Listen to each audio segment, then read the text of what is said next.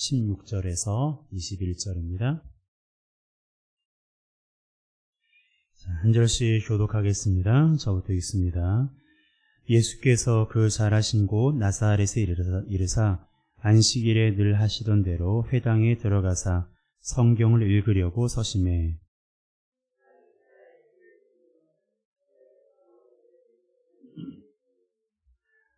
주의 성령이 내게 임하셨으니 이는 가난한 자에게 복음을 전하게 하시려고 내게 기름을 부으시고 나를 보내사 포로된 자에게 자유를 눈먼 자에게 다시 보게 함을 전파하며 눌린 자를 자유하게 하고 주의 책을 덮어 그 맡은 자에게 주시고 앉으시니 회당에 있는 자들이 다 주목하여 보더라. 이에 예수께서 그들에게 말씀하시되 이 글이 오늘 너희 귀에 응하였느니라 하시니 아멘. 오늘 이곳에서 이루어졌느니라 라는 제목으로 함께 말씀 나누겠습니다. 지도를 함께 보실래요? AD 1세기 이스라엘 지도입니다. 예수님께서 태어나시고 자라시고 그리고 활동하신 그 지역을 잠시 여러분들에게 좀 알려드리기 위해서 준비했고요. 제가 포인트를 가지고 오지 않아서 가르쳐 드릴 수 없으니까요. 잘 찾으시기 바랍니다. 자, 베들레헴 찾으셨습니까? 아래쪽에 있습니다. 예루살렘 그 바로 밑에 베들레헴이 있고요. 예수님께서 태어나신 곳이 예루살렘 밑에 있는 베들레헴이라는 작은 마을입니다. 그리고 예수님께서 자라신 곳은 나사렛인데요. 이 나사렛은 위쪽에 있습니다. 위쪽에 갈릴리라고 크게 큼지막한 글씨가 있는데 그 바로 밑에 나사렛이 있습니다. 예수님께서 어릴 적에 자라나셨던 그런 지역이 바로 나사렛이고요. 그리고 예수님께서 공생의 기간 동안 약 3년 동안 공생의 기간을 하셨는데 주로 활동하셨던 지역이 바로 갈릴리입니다. 찾으셨습니까? 큼지막하게 있죠. 이처럼 예수님께서 태어나시고 자라시고 또한 갈릴리를 중심으로 사역하신 것을 우리가 지도를 통해서 확인할 수 있는데요. 그리고 화살표로 표시된 이러한 경로가 예수님께서 사역을 하셨던 그런 경로입니다. 예수님께서는 한 지역에 머물지 않으시고 많은 지역을 돌아다니시면서 사역을 하셨는데 하루는 예수님께서 자라나신 이 나사렛에 가게 된 것입니다. 그리고 안식일이 되자 늘 하시던 대로 회당에 가셨는데요. 오늘날로 말하면 주일에 예배를 드리기 위해서 교회에 가신 거예요. 1세기에는 회당에서 예배를 드렸습니다.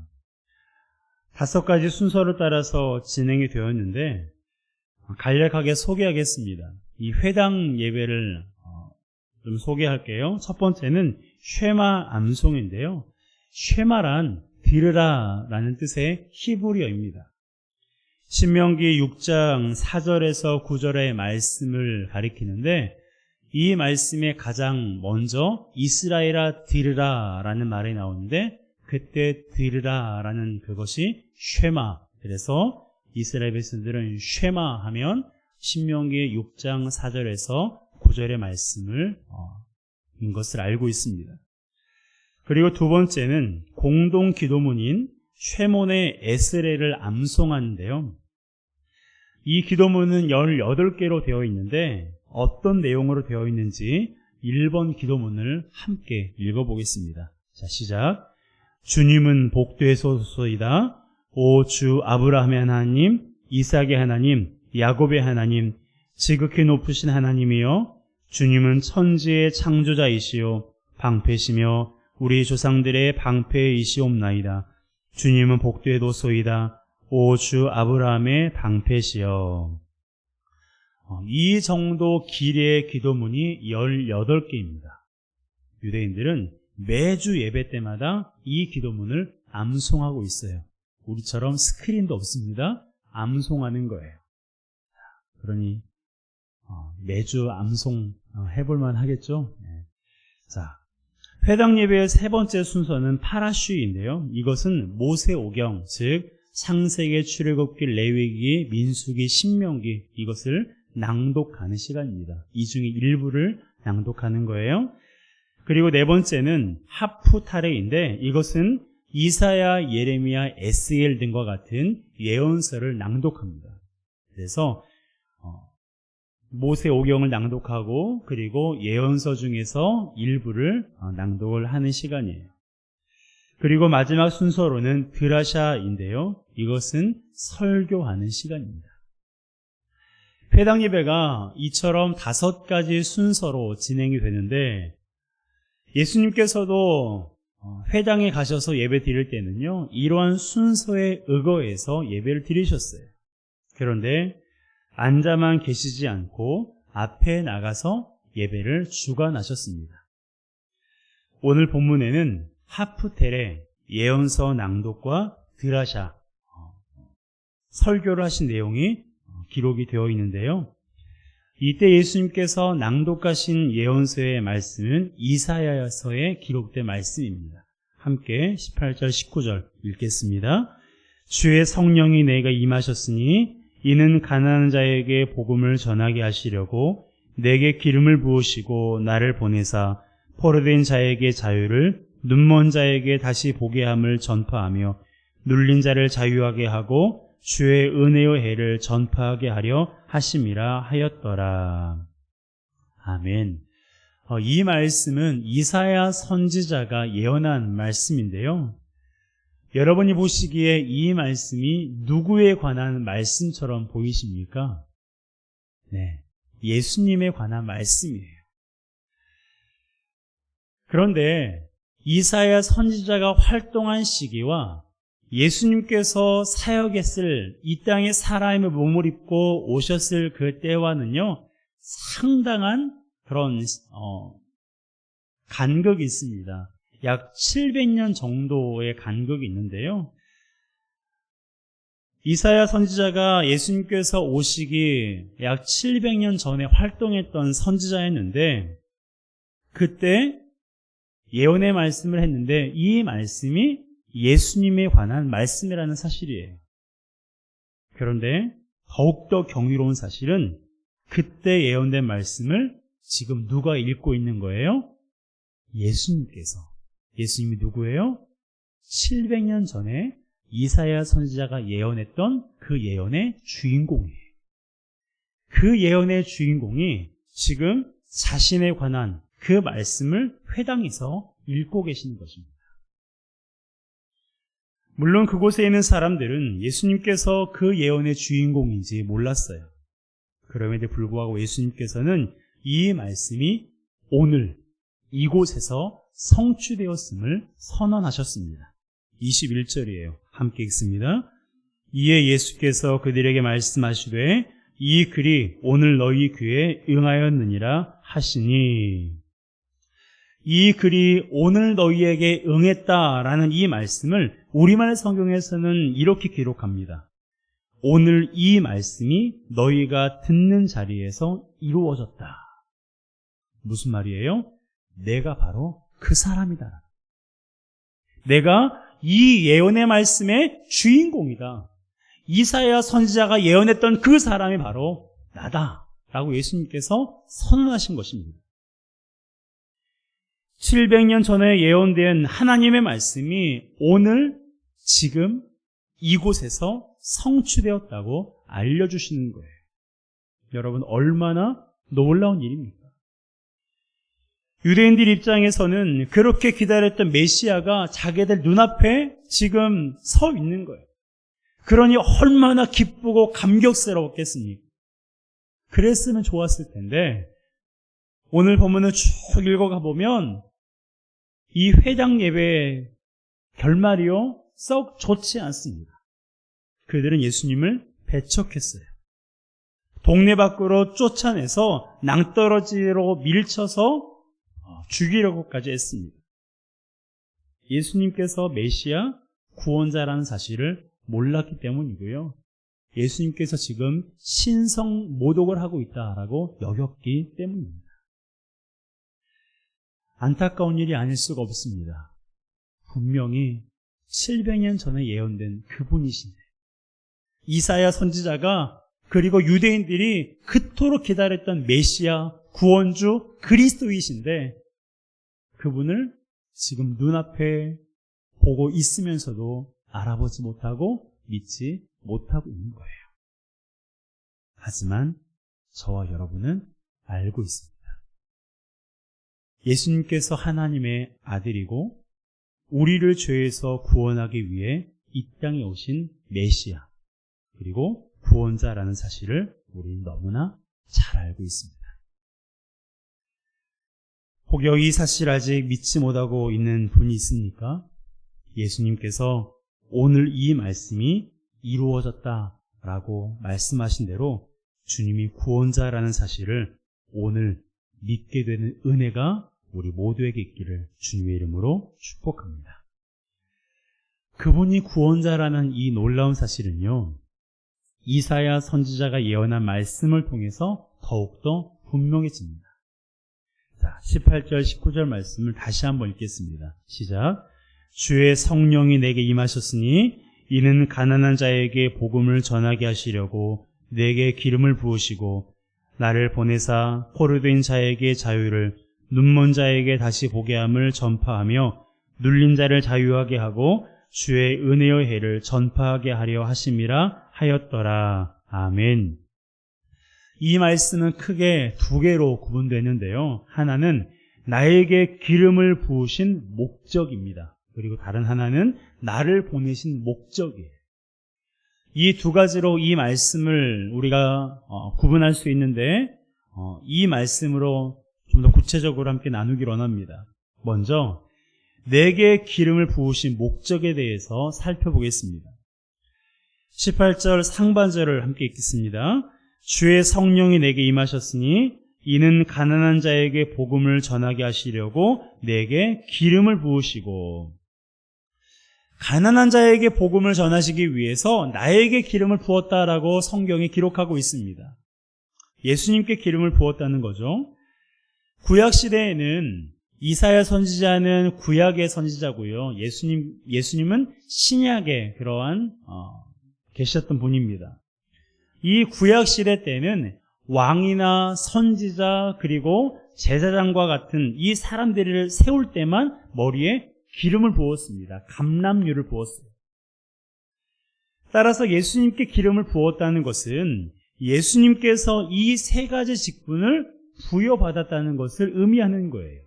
왕, 제사장, 선지자로서의 직분을 예수님께서 기름 부음 받으신 거예요. 그 중에서 오늘 본문에는 선지자의 역할이 기록되어 있는데요. 바로 가난한 자에게 복음을 전하시는 것입니다. 가난한 자에게 복음을 전하셨어요. 여기서 말하는 가난한 자란 약하고 소외된 사람을 가리키기도 하지만 심령이 가난한 자를 가리키기도 합니다.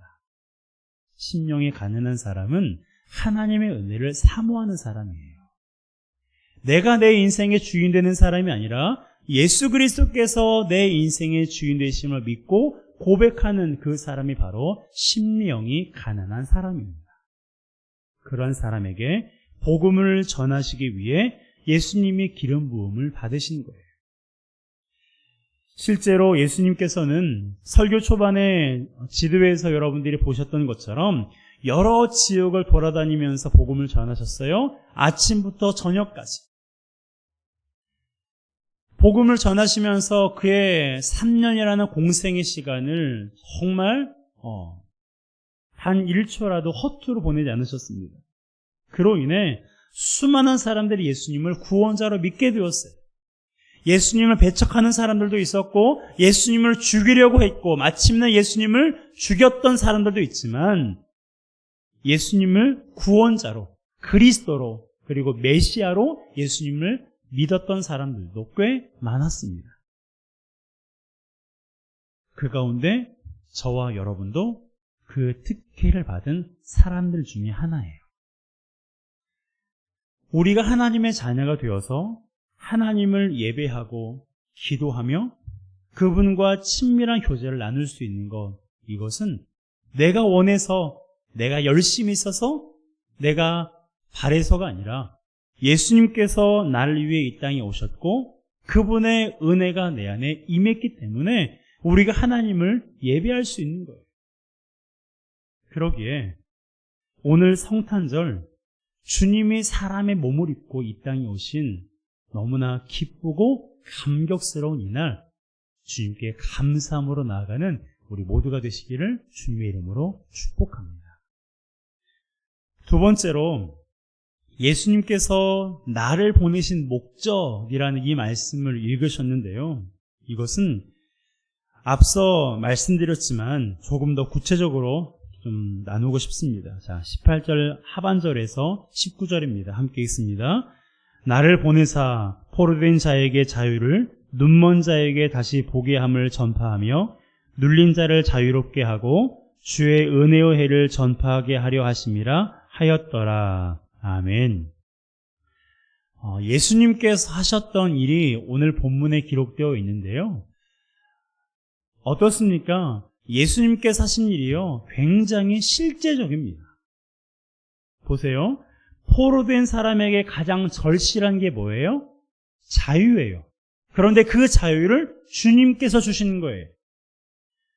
눈먼 사람이 가장 원하는 일이 뭘까요? 다시 보게 되는 일이에요. 주님께서 그렇게 하셨다는 것입니다. 그리고 죄의 노예가 되어서 세상의 근심과 걱정에 눌린 사람에게 가장 중요하고 가장 그가 원하는 것이 무엇입니까? 이 눌림에서 벗어나는 거예요. 자유함을 입는 거예요.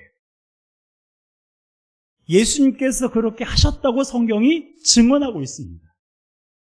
실제로 사복음서를 보게 되면 예수님께서 포로된 사람에게 자유를, 눈먼 사람에게 다시 보게 함을, 그리고 억눌린 자를 자유롭게 하신 일들이 너무나 많이 기록되어 있습니다. 뿐만 아니라 19절에는 예수님께서 은혜의 해를 전파하게 하려 한다라고 기록하고 있는데요. 이 은혜의 해란 희년을 가리킵니다. 희년은 50년을 가리키는데요. 이때에는 빚진 자들의 빚이 탕감이 됩니다. 여러분들이 몇 억의 그런 빚을 졌든 이 50년이라는 시간이 지나면 빚이 다 탕감이 되는 거예요. 액수에 관계없이. 그리고 노예들이 해방되고 땅의 경작을 쉬게 하고 모든 거민들이 자신들의 고향으로 돌아가는 날입니다. 그때가 바로 희년이에요. 하나님께서 이렇게 할 것을 성경에 명시하셨어요. 그리고 이것의 영적인 의미가 뭘까요? 우리를 죄에서 해방시켰다라는 것입니다.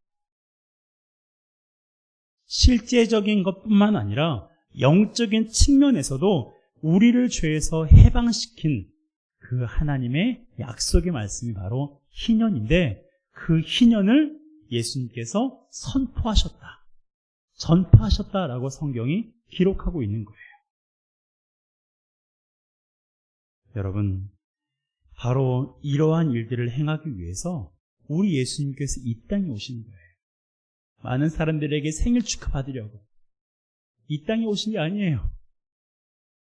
저는 감히 예수님께 생일 축하한다고 말씀드리지 못할 것 같아요. 사실 거의 그렇게 하지 않습니다. 그분은 당신이 어떻게 죽을지, 언제 죽을지 알고 오신 그런 분이기 때문에 그런 분에게 축하라는 말 사용해도 별 관계 없겠지만 저는 개인적으로는 그렇습니다. 어쨌든 예수님께서 이 땅에 오신 것은요, 당신이 사람의 몸을 입고 이 땅에 오심으로 말미암아 십자가에 죽으시고 부활하심으로 우리를 구원하기 위함이에요. 죄에 억눌려 있는 저와 여러분들을 해방시키기 위해서, 사탄의 종노릇 하고 있고 사탄의 포로로 매여 있는 저와 여러분들을 하나님의 자녀로 삼으시기 위해서 예수님께서 이 땅에 사람의 몸을 입고 오신 거예요. 그러므로 그분을 위해서 우리가 해야 될 것이 무엇입니까? 감사하는 일이에요. 하나님 아버지께 감사하는 일. 당신의 독생자를 이 땅에 보내셔서 나를 위해 죽게 하시고 부활케 하신 그 하나님 앞에 감사와 찬송과 영광을 올려드리시길 바랍니다. 여러분, 주님께서 이 땅에 오신 그 목적이 다른 누군가가 아닌 바로 이 시간 예배하고 있는 저와 여러분들 한 분 한 분을 위한 것임을 여러분 꼭 기억하셨으면 좋겠어요. 사람들이 많은 곳을 좋아하고 많은 사람들이 자신을 따를 때 내가 뭔가 된 것처럼 그렇게 의식되지만 우리 예수님께서는 온 우주에 나 한 사람밖에 없는 것처럼 그렇게 사랑하시는 분이세요. 이 땅에 나 한 사람밖에 없었어도 예수님께서는 나 한 사람을 구원하기 위해 사람의 몸을 입고 이 땅에 오셔서 십자가에 죽으시고 부활하셨을 거예요.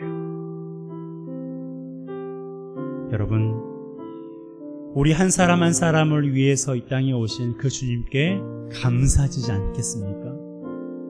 오늘만이 아니라 우리의 일생 동안 나를 위해 하늘 보좌를 버리고 이 땅에 오신 그 주님께 감사와 영광과 찬송을 올려드리는 우리 모두가 되시길 바랍니다. 뿐만 아니라 주님 안에서 영과 육의 자유, 치유, 회복을 경험하시기 바랍니다. 포로된 자에게 자유를, 눈먼 자에게 다시 보게 함을, 눌린 자에게 자유를 주신 그 주님께서 이 시간 예배하고 또한 주 예수 그리스도를 나의 하나님, 내 삶의 주인으로 모신 우리 모두에게 주님께서 자유와 치유와 회복을 약속하셨고 우리는 그것을 경험했으며 지속적으로 경험할 것입니다.